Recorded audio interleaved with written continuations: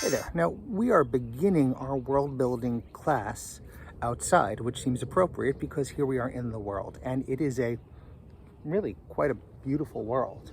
You are going to start making your world too.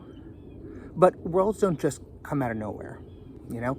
Um, when you start to play, but worlds just don't just come out of nowhere.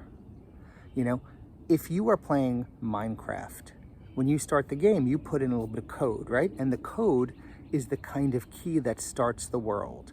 And if you are an oyster, let's say, I don't think you are, but if you are one, and you want to make a pearl, not that you would want anything, but let's just go along with the moment.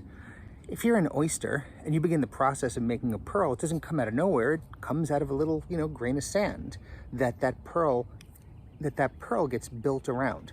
So you're going to do the same thing. But in this case, you're going to begin building by looking at an object. Attached to this assignment is a PDF. And in that PDF are some number of really weird things. I searched online and found some of the weirdest objects I could. I want you to choose one of those objects. And then I want you to make sure that you have that out while you're doing the rest of the assignment. As I said, you're going to be doing this assignment in your notebook for the most part, which means that you can have the image of the object on screen and be able to write about it in your notebook at the same time. The first thing I want you to do is, on a nice clean page, taking up a good chunk of that page, draw a nice detailed copy of the object. It does not have to be perfect copy, but I want you to try to get as many details as you can. And I want you to annotate the picture as well. Show us little things that we should know, the material or the color or little details that we might not notice or that would need explanation. Take about 10-15 minutes to do that and really do a nice job. From this point on, there are going to be times where you're going to have to pause this video and set a little timer and try to stick within the time that I'm asking you to use, okay? So you're always going to be in a process of pausing the video, doing something for a certain amount of time, and then turning the video on again. That's going to be our process for the rest of this task. And for, frankly, a lot of these writing exercises that come with prompts. That being said, I want you to stop watching this video now, put it on pause, and get there. Choose your image, put it up on your screen, get your page, and start to draw your image. Only unpause this video when you've finished drawing and annotating the image.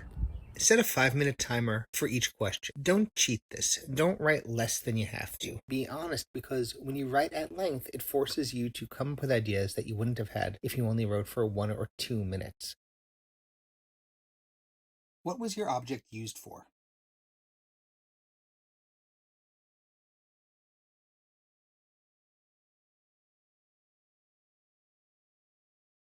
How rare or common is your object?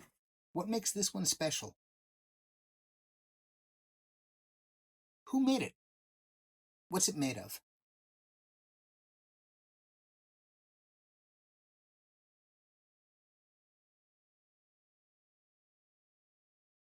Who was the last person to use your object? Why?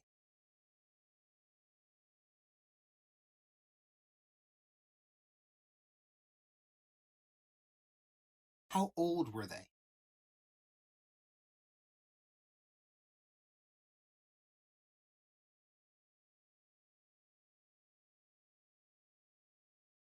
How did they feel about the object?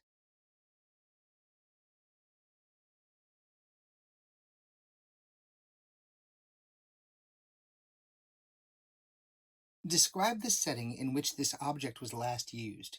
Who was there when this object was last used? What was the mood in the room? What was the weather like? Is there anything that you thought of while you were answering these questions that did not fit into the answers? So that's the end of the object lesson project. I hope you had a good time doing it and that you got some good insights into the culture that you're writing about. The next exercise we're going to do is going to take a look at the society that created the object, and we will draw some maps, and we will get into the physical location of these people. I hope you had a good time with this, and I'll see you in the next video.